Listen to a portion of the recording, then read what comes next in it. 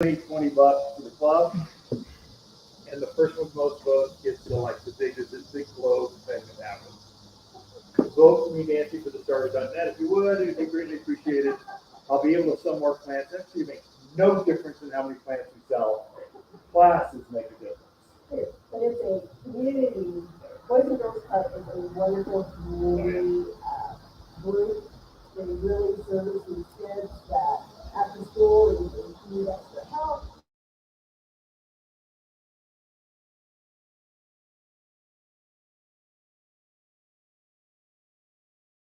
Said, Lisa is my partner in crime for the last 36 years. We were just planning what are we going to do for our 40th anniversary.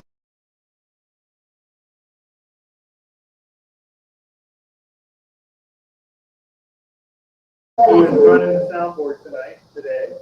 So, but Lisa is, she grew up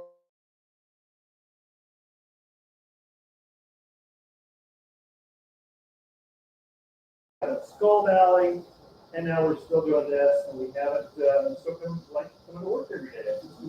So she's going to teach your class today. So give it up for Lisa.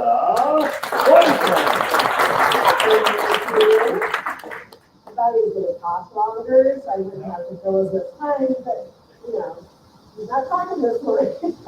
So thank you for coming. You good, Cindy? Okay. All right. So Cindy is my daughter, our daughter.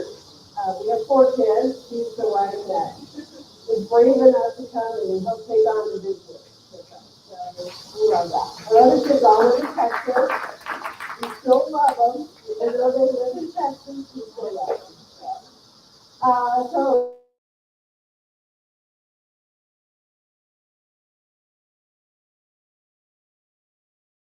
we've been here a long time. We know this community. We have gardened in Prescott Valley, Skull Valley. So we gardened in quite a few areas around here.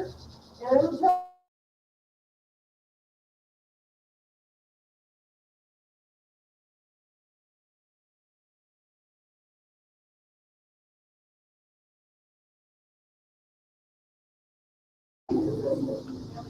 no, this is the Gardening for Newcomers class. So I'm assuming most of you are new to the area, or you really haven't gardened much in the past, but now you're like, hey, I think I want to garden. So you're maybe been here a while, but you're picking up the hobby of gardening. And in our area, sometimes it can be a little frustrating if you don't know the ins and outs. And there's a learning curve at the same place. There's a learning curve on how to garden successfully here. But it can be done. I can attest to that it can be done. So how many people are new to the area? Good majority. Nice. How many are new to gardening? Just trying to say, cool. I like that. So Prescott and the surrounding areas, there again, whether you're in Dewey, Chino, Prescott Valley, Skull Valley, we're kind of in that high desert area.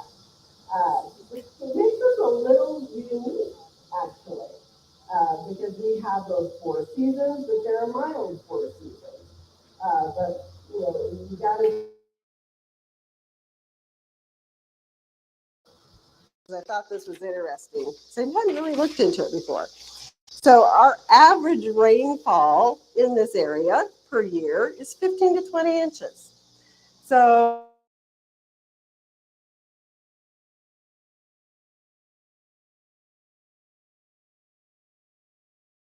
oh, we got too much rain. And the funny thing about monsoon, the patterns where it clouds up and rains, you know, one street over or one side of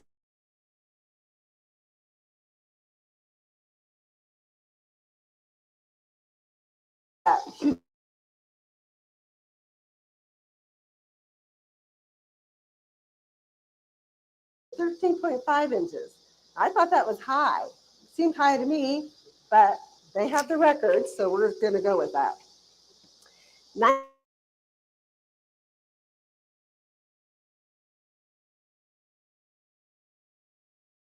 But most rain, 1965. So, and this is about 100 years worth of data. The least amount of rain was in 1956, and it was 6.9 inches. Can you imagine that? That's kind of scary. Our humidity,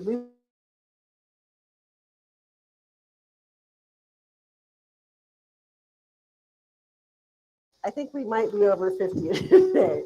So we definitely get that monsoonal rain that raises our humidity, and you can tell it in your plants. If you look at your plants in June and they're just like,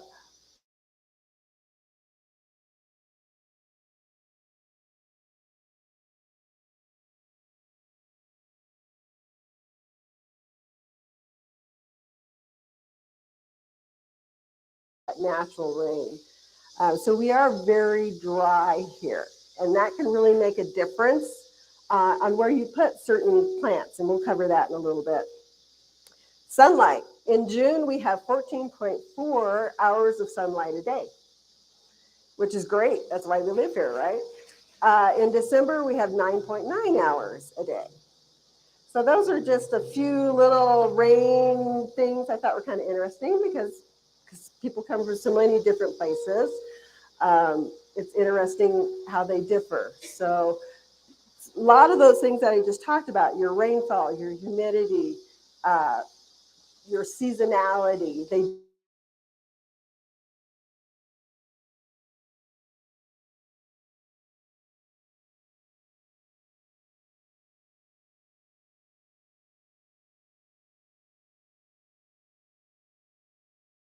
spring. So April and May, we have the most wind in April and May.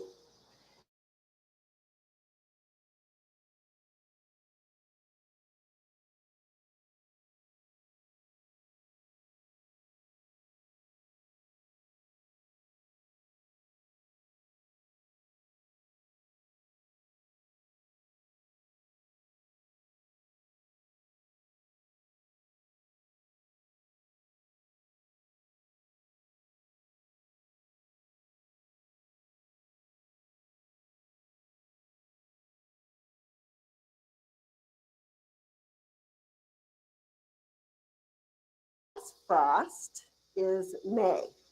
Why does that make a difference? Well, if you're vegetable gardening with those warm season veggies, tomatoes, peppers, zucchinis, you don't want to really, unless you got a greenhouse or a hoop house to protect them, don't even try to get a leg up and put them in early because it's not going to make a difference to the plant. It wants it warm, it wants the soil warm. So you want to really, that seasonality is very important. So let me also say this. If you guys have a question while I'm going along, feel free to ask. I don't mind being interrupted. This class there's so much to cover. I can't possibly talk about everything there is to cover. So we're just going to kind of hit the highlights. So if you have questions, just feel free to ask on it. Okay. So where's my notes? Okay, first thing I was talking about is know your environment. So your new home, whichever community you're located in, know your environment of where your home is sitting. Are you up on a really high, like 6,000 foot elevation? Are you more into Dewey at that 4,500, 4,700 elevation? Because that makes a difference on some of the plants that you can plant around here. So it's really important to know where your elevation level is. The other thing important to know is which way does your house face? Is it facing east? Is it facing west? North, south? Because that makes a difference on where you want to put certain plants. Because obviously some will thrive better in a shady location. Some are going to thrive better in a sunny location. So it's really important to know where you want to put those trees and shrubs in, which way is it facing? And the most important thing we need to worry about when it comes to where the sun is hitting is that summer sun. Because that, the sun's always moving around, and you may think, oh, in March or April, oh, this is a really shady spot. This is amazing. I'll put a shade plant here. And then June hits, and you're like, oh, well, that gets a lot more sun than I thought it did. And all of a sudden you're burning all these wonderful plants that you thought, oh, this will be great. I'll put it here. It'll be beautiful. So pay attention to that summer sun, because I think that is probably the most important thing to learn when you're kind of planning your landscapes or deciding what trees and shrubs to put in. Know your urban wildlife issues. If you're up in forest trails or up Groom Creek, you're probably going to have deer. You're probably going to have javelina. Probably going to have rabbits. So be aware of those critters that want to come into your yard, because you can't plant everything you want, because the deer will come eat it. And they won't even leave you a thank you note. They just eat it, they leave, and they come back the next day, it's not there, and then they go to your neighbor. So if you have those animals, you want to be very careful in what you plant. If you're going to put in things like fruit trees, but you know you have deer, you're going to have to put in a 6-foot fence to protect those trees. So it's you got to be aware of that environment. What are the pressures on your environment? Do you have a lot of gophers? Some areas, Williamson Valley, or when we lived in Skull Valley, I should ask Ken how many gophers he killed the time we were living there. Because it was every day he would go out to check the traps and do all that. So beware if you have gophers, because you don't want to spend a few $100s on a tree and the tree dies because you didn't pay attention to whether you had gophers or not out there. So I would say that's very, very important. Soil type. So around our areas, we can have clay, which holds on to that moisture like crazy. We can have really loamy soils, which is like the perfect. Not everybody has a nice loamy soil. We also have very sandy soil. And why does that make a difference? Well, clay holds on to that moisture. So you're not having to water plants as frequently. Because if you have heavy clay and you're watering heavy, you're going to rot that plant out. So it's really important to know how that soil drains. What I always tell people, when you're digging that hole, or your landscaper's digging that hole, or your grandkids digging that hole, take some time when you got about halfway dug, pour water in it. You're going to perk test it, because that is really important information to know. Because if you pour water in there and you come back a day later, 12 hours later, there's still water in that hole, you essentially have a bathtub. There is really no tree or shrub that's going to be real happy just always wet. So it's really important to know, is that hole... Echo. They're awake now. It's if you dig that hole and you're like, this is where I want this tree, it's going to be beautiful and I'm going to love it, and you perk test that hole and that water's still sitting there, you're going to have to make some choices. You either move the hole, you can dig past. Sometimes we get a layer of caliche. You guys know what caliche is? It's the worst thing ever. So it's here quite a bit in a lot of our soils, and it'll usually be further down, like 2-3 feet down. And the soil will be nice and brown. You're like, oh, this is great. And all of a sudden you hit like the cement layer, and it'll be like a white or grayish layer, and it is hard. It is like cement. No, it's different. But we do have a lot of granite here too. Yeah. Oh yeah. There's a lot of granite. Sometimes you think you have a beautiful spot to dig a hole, and you start digging and you hit a rock and you're like, okay, I can dig that rock out. Well, you keep digging and that rock keeps getting bigger and bigger. So you definitely want to check your hole when you're planting here, because that caliche layer, you'll find we have a lot of caliche in the area. But if I want the tree here, you can dig past that caliche, try to dig a chimney through it so that you get drainage. The other thing you can do is mound your soil up and plant up a little bit so you have a little more forgiveness. So when we have a lot of monsoon or rain, the water is going to slough off instead of sitting around your roots. So it's really important you know your soil type. when you dig your holes here, whether you're planting a perennial or a tree, if you're going in the ground with this little baby and it's like native soil, like hasn't really been touched much, you're definitely going to want to amend that soil. You're also going to want to dig your hole 2 to 3.5 times the width of the pot. You can go the same depth or a little deeper. You don't have to dig to China to have a good hole. But that width, digging the width-wise is really important here because your roots are probably going to be in the first 3 feet of soil for a tree. If you're in a perennial, it's going to be a lot shorter. But roots want to go sideways. They don't necessarily want to go down. They're going sideways. So if we can give that tree or shrub a little bit of extra help by loosening up that soil so they can root out easier, you're giving them an advantage. The other thing we recommend is planting with mulch. This is our premium mulch. Mulch is organic materials. So our soil, is anybody dug in our soil? Fun, isn't it? We don't have a lot organically going on in our soil. So we need to amend it because we want to give that tree, that shrub, just a good start. And the best way to do that is get some organic material and mix it in with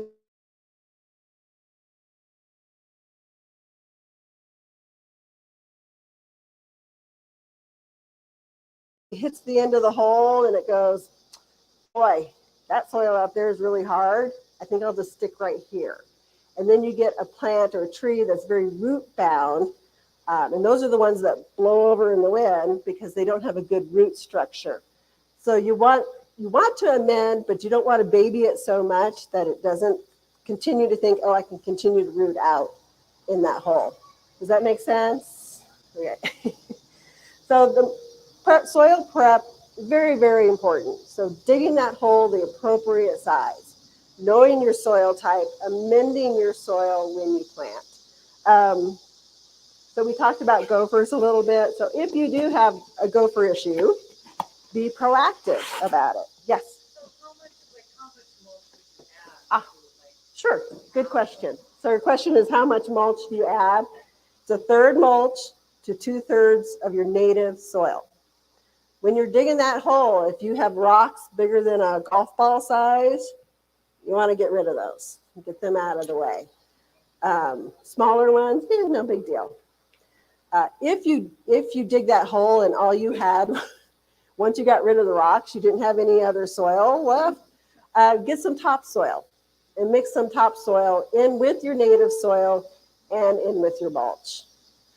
So this is a gopher cage.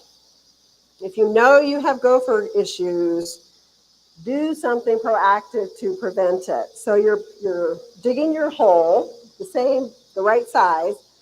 When you pull your tree or shrub out of its bucket, you're going to put it in here and you're going to plant this whole thing. The roots will still go through, but it gives you enough of a protection that if that gopher is out there chewing on it, it's going to still give you enough root that it can recover. And once you get rid of that gopher, and trust me, get rid of that gopher, it'll continue to root out. So you're giving it a little bit of protection. So if you know you got gophers, please take the time to remedy that. Yes, ma'am. So when the roots going through the gopher cage, is only the small roots go through there, but the larger, I mean, eventually the roots are you'll get the big roots going through. Right. But at that point, hopefully the tree is big enough and strong enough that even if you had a little bit of gopher issue on it, it'll recover from it. So, here we have pocket gophers, and they are different. We have the, I don't have so we don't really have moles here.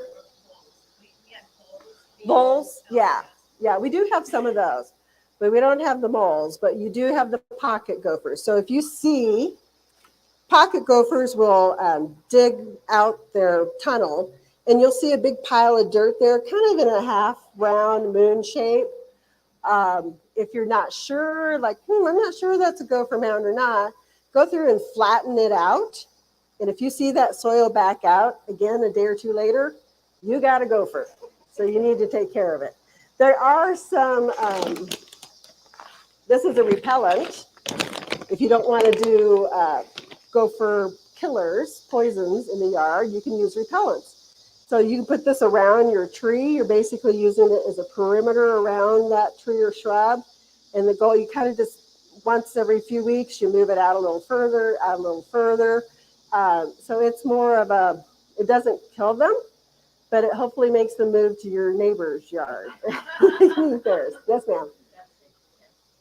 It is. So you wouldn't want to eat it, but your way you're going to use it is out on the ground, and you're going to water it in because you want it to move into the soil. So this works really well. Your cages work really well. There are gopher traps. If you're not squeamish, you can do a gopher trap. And then there's a poison, zinc phosphate, that you can use down in the run as well, which is very effective. But if you have cats, dogs, things like that, birds, you just want to be really cautious with it and use it appropriately. But it does work. So, yes. Are there any parts of your garden or the yard where it would be beneficial to have the gophers still around? So thinking about like tracking. They're part of an They are, yes, they are part of our environment. And, if they're out further, if they are doing their thing out where they should be doing their thing, I have no problem with them. But if they're in eating my new fruit tree or my new blue spruce roots, I'm not going to be happy. So I agree. Nature is nature, but you also want to protect. That's where that's where gopher cages and things like that, the repellents can help. But sometimes it's a me or them kind of thing. Yeah, and it's going to be me. So, any other questions? Okay. So soil. We talked about soils, planting. You're using your mulch when you dig your hole. Other things that you can use that I highly recommend. So anytime you do a new planting, you're putting a new tree in, a new shrub in. This is our root and grow. So this is a organic product. Actually works really, really well for anything that is being newly planted, or if you got anything that's stressed. Because what this does is encourages mycorrhizal colonies in your soil, and your roots want to go to mycorrhizal colonies. They search them out. So if you can create those in your soil, you're going to create nice, strong roots because they're going to want to reach out. So this is a very important, I think, in our environment to use. And you kind of just use it until you start seeing new growth come out. Then you kind of go, okay.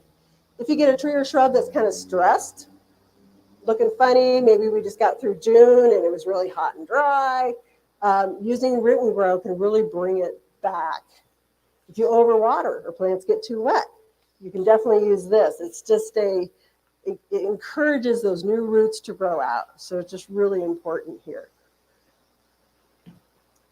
Fertilizing, I'm going to touch, yes.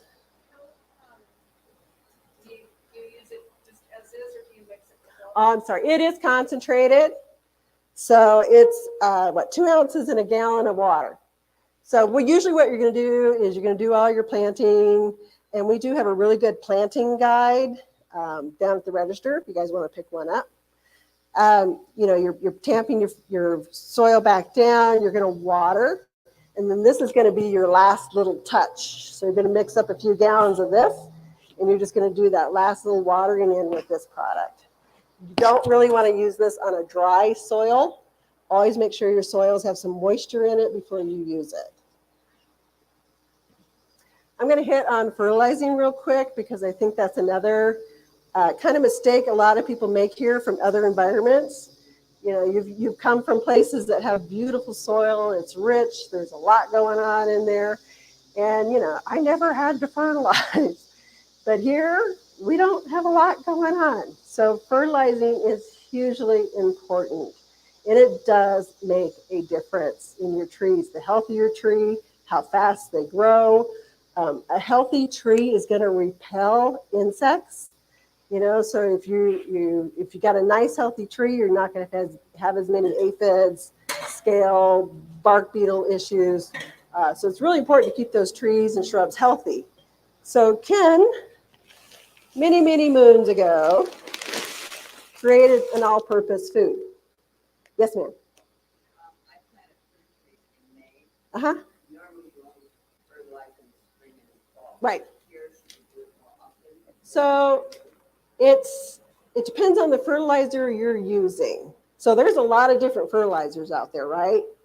So if you're using, you have to read the directions on your fertilizer because it's going to make a difference in how frequent you use it and when you use it. The thing I like about the all-purpose food is it's a slow-release granular food. It's all natural. You only have to use it 4 times a year. And you can use it on everything in the yard. You can use it on your lawns, your trees, your shrubs, your fruit trees, vegetables. You can use it on everything. And that's what I like about it, because then I don't have 1,500 different kinds of fertilizer in my garage. I've got one that I can use, and I know that I use it 4 times a year. And that's actually made me think of this. I'll pass this around. So if you want to sign up, give us your email. You will get the plants that attract butterflies and hummers. And you'll also get the 4-step garden talk. And it tells you the important times when to fertilize. So it's a really good one to have. I'm just going to start it down here. Well, that distracted me for now. Well, what is it 4 times? Oh, 4 times you fertilize. Okay. So if you're only going to fertilize, like, I'm not going to do that. I'm only going to fertilize once. The best time to do it is in the fall. And that would be October or November, somewhere in there. If you're not going to do it any other time, do that feeding, because then you're helping the tree. The tree's going to take that energy and store it up for the winter time. And then when spring hits, it's going to pop that new growth, and you're going to get dramatic growth on those trees. So in my opinion, fall is the most important. Yes.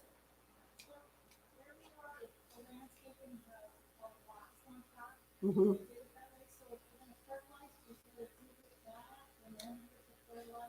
Okay. Yeah, I'll cover that in a second. That's a very good question on where you put your fertilizer.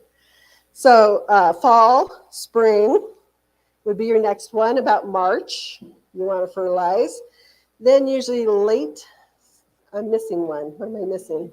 Help me, Kinsey. Halloween, New Year's, Easter, and 4th of July? Yeah, Ken always connects it to the holidays. My thing is, every 3 to 4 months you want to fertilize. So depending upon when you start, fall being your most important one. But it's a nice slow release, so it's not going to burn anything. You're not going to burn those new roots. It also has a little bit of iron and a little bit of soil sulfur in it. And those are hugely important. I'll tell you why in a few minutes. But we'll talk about if you've got rock in your yard. So depends on what's underneath that rock. If you have plastic, which I hope none of you have plastic, but if you do, yeah, you're going to have to move it back because you want that fertilizer just inside where the branches end or just inside where the growth ends, because that's where your feeder roots are. So if you put it right next to the trunk, you're really not benefiting that tree very much. You want it as further out.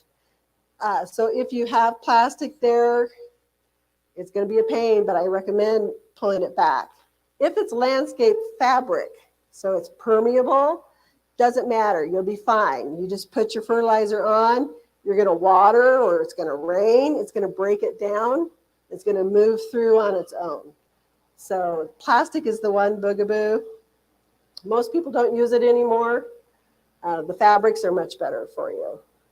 So you try to get that fertilizer out, kind of just do a nice band. I usually kind of water it in unless I know I'm going to get some rain. And then you walk away and you don't worry about it for 3 more months. So it's super easy to use. So like I said, it has the soil sulfur and the iron in it because we are very alkaline. So you got your acidics, your alkalines. Our water is alkaline and our soil is alkaline. So we're always kind of fighting that. Hey, Kenzie, did you get a couple more chairs? So we're always kind of fighting that alkalinity in our soil. So alkaline changes the colors of things, so you don't get as bright colors. Sometimes your fruit production can be changed, the amount of flowers that you get. If you're growing fall color stuff, you don't get those bright colors in it. And that's our alkalinity. That is something we're always going to battle here. But using soil sulfur, which is in the fertilizer, or you can also add soil sulfur in when you're planting or just yearly. This is a once a year product, mineral that you would put in. You're not using this 4 times a year. You're just using it 1 time a year. That's going to bring out your colors in your fall stuff, your colors in your blue spruce and your Arizona cypress. And so it is, we do struggle with that here. I can almost tell you 98% of the time you're going to have alkaline soil. Every once in a while I have somebody come in and have me do a soil test and it's acidic and I'm like, what did you do to this soil? Because it's not very common here. And usually if it's acidic, it's because they've been adding a lot of mulch and fertilizers and things in it to get it that way. So yes. On the all-purpose fertilizer that you use 4 times a year, would you use that when you first plant, or would you wait until that next time? So her question is, can we use the all-purpose fertilizer when you first plant? And the answer is yes. Use it according to directions. So when you're planting a new plant, you're obviously going to use less than you would when the tree's a little bit older. So on the bag, there are directions, whether you're planting new plants, new lawn seed, new. So if it's new, make sure you're paying attention and following those directions because you don't want to burn the roots. But when they get more mature, then you just kind of get them on that regular pattern of fertilizing. Soil sulfur, usually I recommend using it, especially when you're, maybe not when you're new. Yes, when you're planting. Sorry about that. But also once a year. Makes a big difference for your trees and shrubs. One time, it doesn't matter when you use it. You can pick a time. Sometimes I kind of like to put it on in the fall just because I'm doing my other fertilizing and cleaning up. Yes? What's the ideal pH for trees and shrubs? I knew someone's going to ask me that.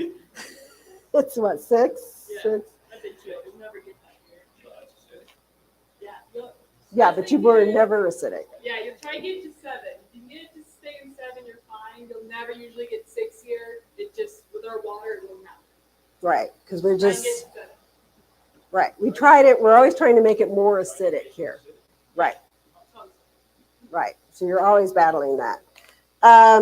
In addition to other nutrients, if you're planting things that bloom, so fruit trees, lilacs, peonies, wisteria, anything that has, you want that big dynamic bloom on, using superphosphate when you're planting or through the seasons makes a big difference as well. So this is straight phosphorus, so it's nitrogen, phosphorus, potash. Nitrogen is what makes things grow and green. Phosphorus is what helps things root, and it's what helps things bloom.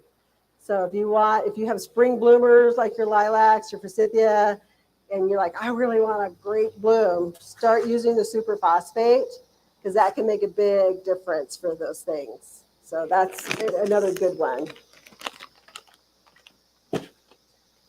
Okay, so soil prep, we've talked about that. We've talked kind of about the weather, making sure you know you're putting the appropriate plants in the appropriate spots.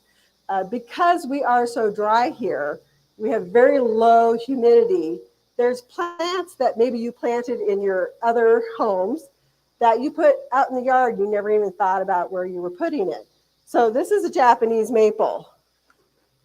It is a beautiful little tree. It gets about 15, 18 feet tall. I love a Japanese maple. Probably one of my favorites. This is coral bark. The thing I love about coral bark is in the winter when it loses its leaves, the bark turns like a bright red. So it's just really, really pretty. What's the problem with this tree in our environment? It doesn't like the sun and it doesn't like the wind. So yeah, I could not take this tree and just put it right out in my yard. It would be so unhappy. But a lot of people move from California, Oregon, other places where they're like, yeah, I had a beautiful one out in my yard. And you can't do that here. So yes. Actually, it does very well in a pot. I have several in a pot because I love it, but I got to put it in certain spots where I can keep it safe. So this is where you got to know the plants that you're planting. So if you didn't know this needed shade and it didn't like the wind, you would probably think, oh, this is a lovely little tree. I'm just going to go, I got the perfect little spot for it. Well, you'd be spending money and making a mistake, and you would be unhappy, and the tree would be unhappy. So you really got to know the tree that you're wanting to put in your yard, the shrub, the perennial, what does it need? Does it need shade? Does it need sun? Can it take the wind? So those are really important things to ask when you're purchasing a plant. So know your environment and know, will the plant take that environment? Yes. Does the alkaline soil start to change the oral bark and turn it more green or brown? I've not experienced that. Mine are pretty green. Are they? I just thought maybe it's I would use the soil sulfur. I think that would make a difference. I think because I do mine in containers, so I'm able to control, it stays more acidic because I'm using potting soil and stuff. But yeah, so this is kind of that lesson in know where you want to put it. Will it fit in that environment? Please ask questions. We have a lot of signage in our plants, but sometimes it's not entirely clear or you're not quite sure. That's where you need to ask and inform yourself. Yes. That one, I would probably go at least twice the width on it. So what, about a 24, 30 inch? You want to give it some room to grow. And in a while, it'll take a while. So this is Japanese maple, the one behind it. So this is Autumn Blaze.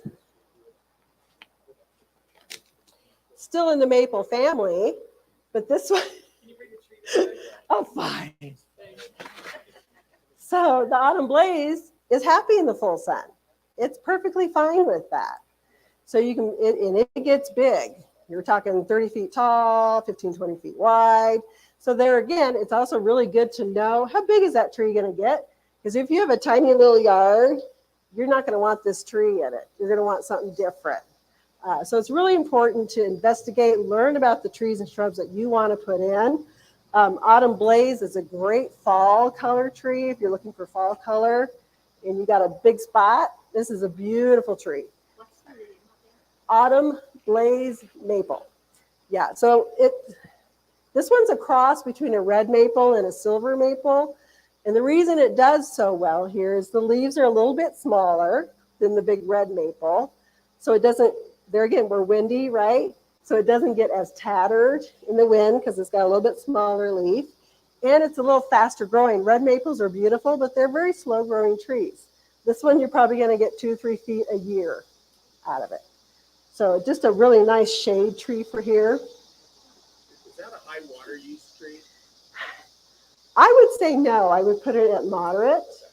So watering, watering is a whole other, there's like a whole class on watering, right? So I'll give you a quick tutorial on watering. But watering is probably the most challenging thing to get correct here in our environment because a lot of it goes to your soil type. Do you have clay soil? Do you have sandy soil? Does it drain right out? Does it hold on to that water? So those are things you need to know. Also, what is things that irritate me in my life? One is people who set your irrigation system who don't know how to water your trees and shrubs. So everybody thinks, oh, it needs water every day. It's, you know, it's June, I gotta water it every day.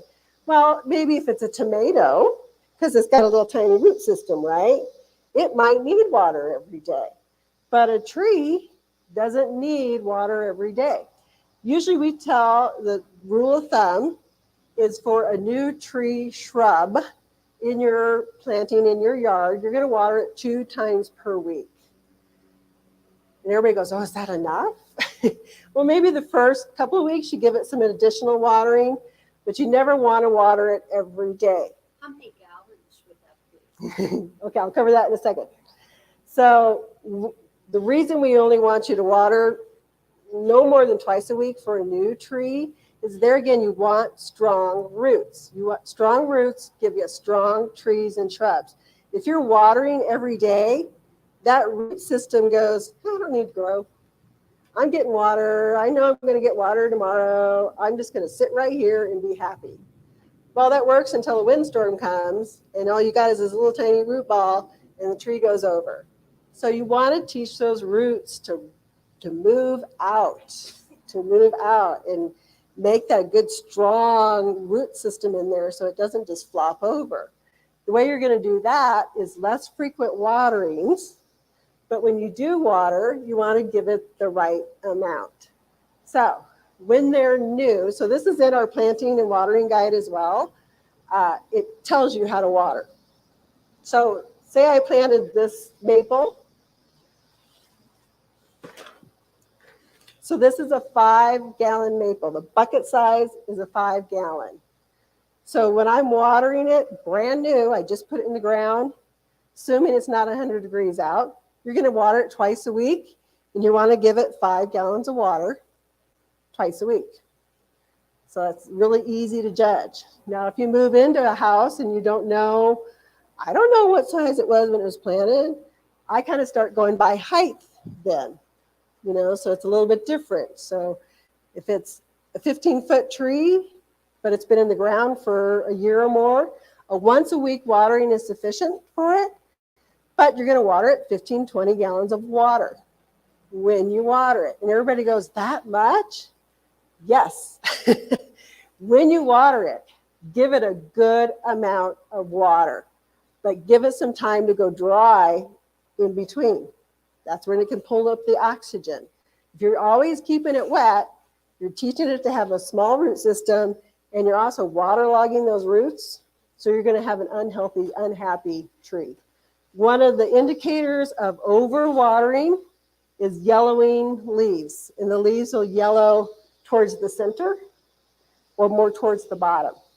Yes, ma'am. I have all my new trees are under. Yep. Is that all right? That's the dilemma, because people will come in and if you have an irrigation system, and I love irrigation systems, I think they save you a lot of time. But that being said, you have to learn your irrigation system. So if you come in to me and you say, I water once a week and I let it run for 30 minutes, and I'll say to you, what gallon emitters do you have on there? And everybody looks at me. Oh. Because you could have a 1, you could have a 2, you could have a 5. If I don't know the size of your emitter head, I can't tell you if you're running your system long enough. So you need to know the size of emitters you have on that tree and shrub, and you need to know how many. I always recommend on a tree, I would say put 3 emitters, because one's going to fail at one point, I guarantee you. And if you only got 1 emitter on there, and it gets clogged, or a rat came through and ate your line and you didn't know it, you don't have a safeguard. You're just kind of stuck. So at least if you have 3 emitters, it helps because you're getting different sides of the tree. Plus you got a little fail-safe mechanism in there if something goes wrong with one of them. So you got to know how many emitters you have. You need to know what the gallon size on your emitters is. Because otherwise, I can't tell you how long to run it. That's your guess and my guess. So if you don't know and you want to know, what I tell people is take a gallon jug or a quart jug, something you know in quantity, stick your emitter in there and run your system. And you can see how much water is coming out, whether you run it 10 minutes, 15 minutes, 30 minutes. With irrigation systems, what I can tell you is the longer you run it, the better it's going to be, because you're going to get that water further down and further out. If you're only running it for 10 minutes every day, How far is that water going? Not very far. It's not going down and it's not going out. The other thing with the emitters is as your tree gets bigger, your shrub gets bigger, move your emitters out. Because if you're watering right at the trunk, it's like I said with fertilizing. There's not the feeder roots here. They're out here. So you want to water out here. You want to fertilize out here. So I like drip systems. I think they can save you a lot of time, but you got to educate yourself on your drip system. And the other thing is inspect your drip system, because especially in spring is a really good time to do that after we go through the winter, because things break, lines break, animals eat your lines, dirt gets clogged in them. So you got to inspect them. Or if you have somebody come in and check them once a year, twice a year, do it. It is well worth the money and the time to inspect your system to make sure it's working right. Yes? So at what point, like, involved? So this is, thank you. So the question is, when do you turn your irrigation system off? Prescott being Prescott or the surrounding areas, because we have very dry winters sometimes, water year round here. A lot of people shut down their irrigation systems, which is fine if you do that, because our average last frost date is October. So a lot of people shut them off by the end of October, first part of November. That being said, if you're going to shut your irrigation system off and you have some big trees in your yard that you love, you're going to want to water them December, January, February, March, 2 times per month.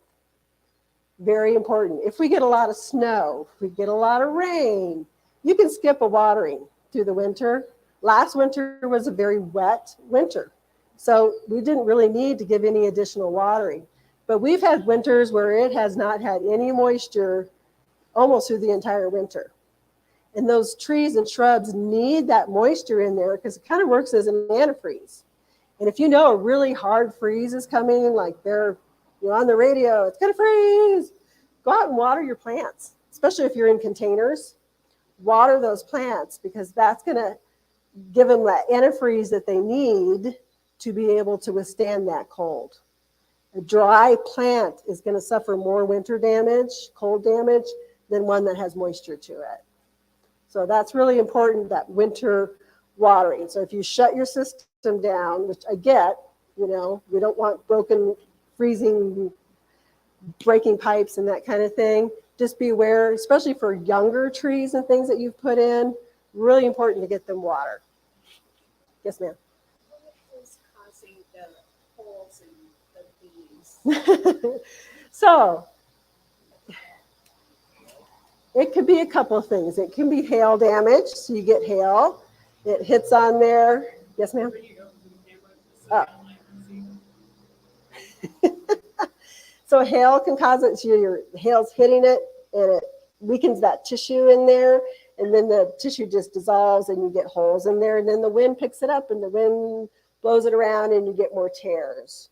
So it could be environmental hail. It could be grasshoppers or another type of insect lighting on there, eating parts of it out.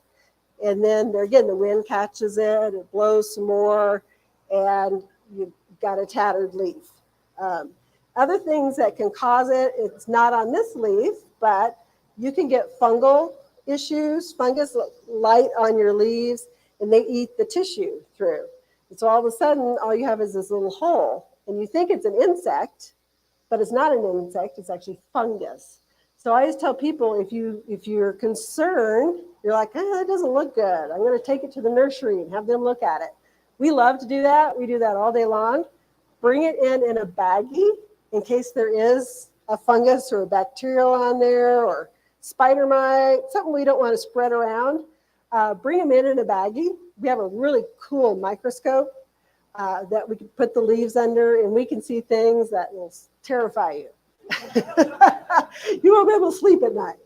But it helps us see those really tiny spider mites, things that are tiny that you can't really see it with the naked eye, but you know there's a problem. We can help you identify that. We can get you the right products to treat that if you have insect or disease issues. And we do get fungal issues here. Even though we're dry, We get a lot of powdery mildew, which is that gray, looks like dust on your leaves. We get black spot. So it is something to keep an eye out on. And proper watering actually can help you with a lot of your fungal issues. Uh-huh. Okay.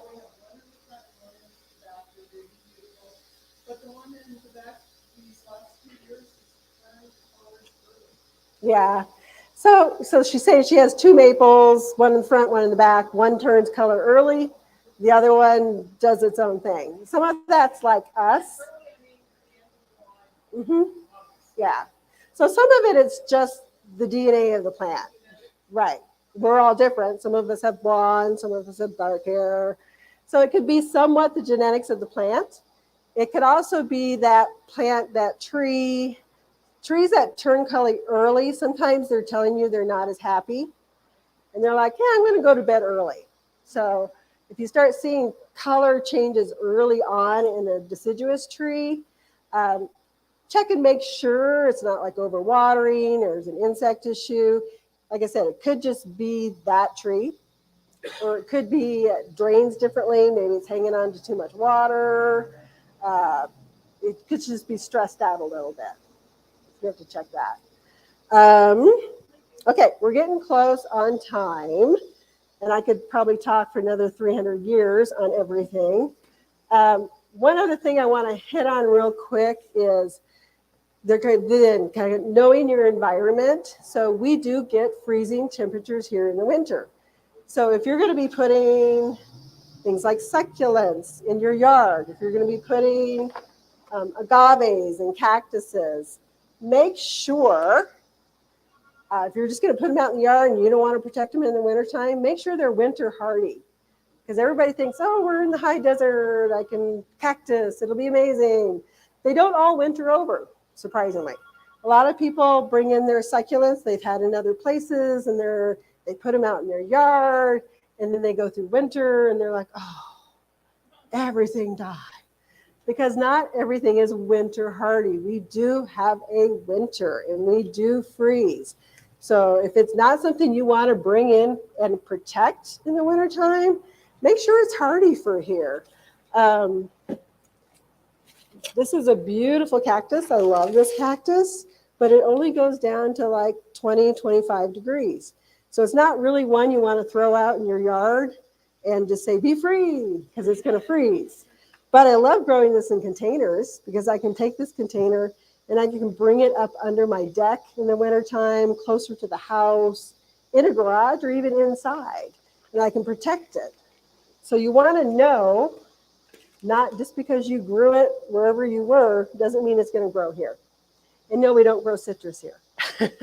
Everybody wants to grow citrus. I wish we could, because I would love it. But you'd have to bring it in the wintertime and protect it. Otherwise, it will freeze out. Same with avocados. Can't do those. So I'm just going to hit on a couple of little things real quick. I want to get you guys out of here on time because it's hot. So when we talk about trees that are tough, trees for our environment, so this one down here, and I'm sorry, camera, is the Arizona cypress. So Arizona cypress is a great tree for here. If you don't want to do a lot of extra watering, a lot of extra care, makes a really good screen tree if you're trying to screen your neighbors or something.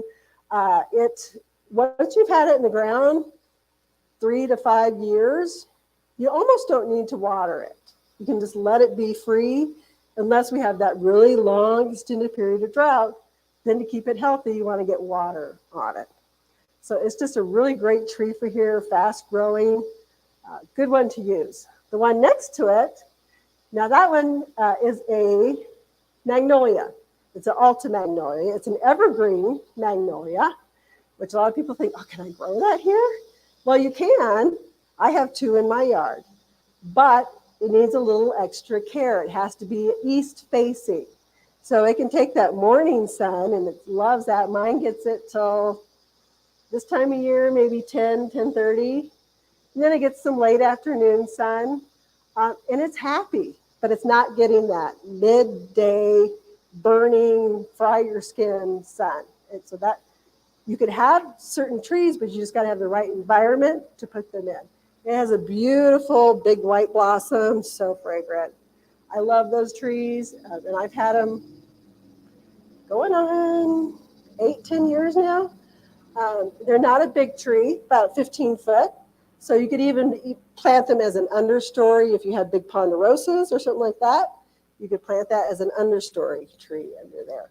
So knowing your environment. Fruit trees. I'm going to hit on those real quick. That one's actually a plum. It's a Santa Rosa plum. We do a lot of fruit. You can do apples, pears, cherries, peaches, nectarines, figs. What else am I forgetting? You can do a few nuts. Yeah, almonds. You can do almonds.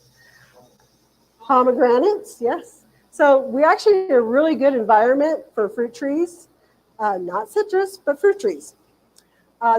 And the thing about you need to know about fruit trees is, does it need a partner? So a lot of your apples need a pollinator. So you got to have 2 different apples. I talked to a gal the other day. She's like, I have this Honeycrisp apple. It's beautiful. I love it, but I never get apples. Well, Honeycrisp needs a pollinator. It can't produce fruit just on its own. It needs another variety of apple tree with it in order to cross-pollinate and get apples. So you pay attention to the tree that you're putting in. Now, most of your peaches are self-pollinating. Most of your nectarines are self-pollinating. So you can get away with one and not worry about it. But be aware, ask questions when you're planting fruit trees. Do I need a pollinator? Can it be on its own? Can you grow fruit trees in containers? Yes. So I have a full-size peach tree I grow in it's a big container. And growing in a container limits its growth. But yes, you can definitely grow them in containers. Gallon the red first, and then I'll get you.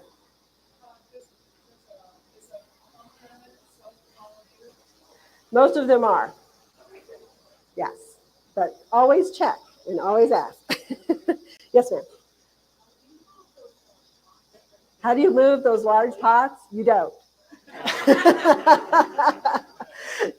When you're ready, if you got a big pot and you're planting it somewhere, you better decide where you want it. And it better be a tree you can leave out, because once you fill that pot, the soil, the water, the plant, you're not moving them. So I always tell people, pick where you want to put it and plant it right there, because you're not going to be moving it. So, yes, sir. So flowers, yes. So trees and shrubs, deeper rooted, right? So less frequent waterings, but deeper waterings. If you're watering, so this is a cool new salvia. So this is a perennial. It'll come back every year, but it's got a much smaller root system, right? So you don't need you still want to water thoroughly, but you may have to water more frequently, because it's never going to develop a huge root system. So your flowers, there again, varies. Like, see if I can trip. So this is a smaller one, but this is a euphorbia. So it's kind of in that succulent. It doesn't want a lot of water. So know your plant, because if you put this in the ground and you water it like you would water this one, you're going to kill it, because it doesn't want a lot of water. This one's going to want a little bit more water, but once it's established, it's actually very drought hardy. If you're growing vegetables, you're going to water more frequently, because they're growing fast and they have a smaller root system. So it's going to need more water, because it can't reach out and get more water on its own. So, that's a question. It's like I said, watering is one of the hardest things to get correct. And my favorite tool, I'll end with this because you guys have been really good. When it comes to watering, my favorite tool is a long screwdriver or a piece of rebar. Because what you're going to do with that, because our soils can look really dry on top, and you're thinking, oh my gosh, I need to water that. It's really dry. But you go 5-6 inches down, and it's wet. So you want to go, what's going on down here, especially for trees and shrubs, what's going on 6, 7, 8 inches down or more. So you're poking that skewers, a screwdriver, rebar I usually poke it in, a few different, close in, further out, 3 or 4 different places. Because if I poke it in and I pull it out and it's still wet and gooey, I can go longer before I water that tree. It doesn't need water yet. If I go to poke it in and I need a sledgehammer to get it the rest of the way in, it probably needs a deeper soaking to really hydrate the soil and hydrate the roots. Even when you're doing, if I'm doing plants in containers, there again, containers can look really dry on top, but really wet down below. Containers, you can kind of use a moisture meter. It can give you a fairly accurate reading, but there's nothing like sticking your fingers in, nothing like sticking something in and seeing, is it coming out wet? Is it coming out dry? Is the soil feel good? Nothing wants to be soggy wet. Some things just want to be dry. And agave wants to go dry, dry, dry between its waterings. So you got to give it that. If you're planting a salvia or a tree, it's want to go dry, but it doesn't want to go bone dry. We don't want skeletons start popping up around it. So it's watering is a challenge. And I understand that. But talking with a nursery person, discovering your soil, what soil types you have, what plant is it, we can guide you to help you get the right watering.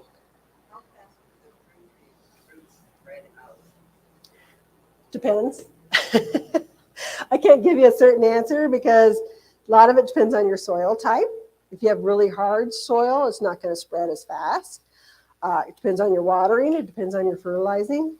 But usually your roots are usually just inside or outside that drip line of the tree. So the bigger the tree, the more roots are going to go out.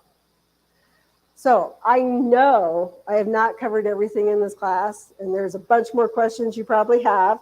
I would encourage you to go on our website, watersgardencenter.com, under the Learn tab. We probably have close to 100 different sheets that give you really good information. And ones that I would encourage you to look at are the top 10 plants. That one gives you the top 10 plants, whether it's a tree, shrub, perennial, that do really well in this area. Other one is the garden calendar. Ken has put out a garden calendar that tells you for our environment when you do certain things. When do I feed? When do I prune? When do I do this? When do I do that? So he gives you a 12-month calendar that tells you garden things you should be doing out in your yard. So that's a really good one. That's the garden calendar. And then if you live in areas where you have javelina, deer, bunnies, we have 2 lists, animal resistant lists. One's for javelina, the other for deer and rabbit. I encourage you, if you have those animal problems, get the right plants. Otherwise, you're just going to frustrate yourself. You'll be putting out plants, and the next day they're gone, and you're just frustrated. So there are some plants that they will not bother. And let us help you. Let us help guide you to get the right plants for your environment on that. So nursery people love to help you get the right stuff. Yes?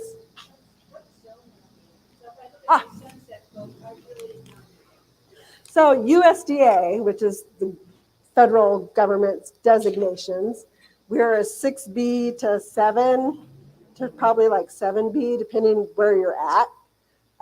But 6B to 7 is probably where you want to be within. So the lower the number, the colder. So like Flagstaff is like a 4. It's cold up there. Phoenix is like a 9, 10. They boil down there. So we're kind of in a nice little sweet spot. We can grow a lot of different things here. You just got to give them the right environment. Sunset Garden Book, they have it different the way they do their zones. So I'm not as familiar with that. I haven't looked at it in a few years. But yeah, zone is very important to know for here. So I'm going to let you guys go because you've been great. And I know it's hot and muggy. I thank you for coming. As always, if you have questions, just ask.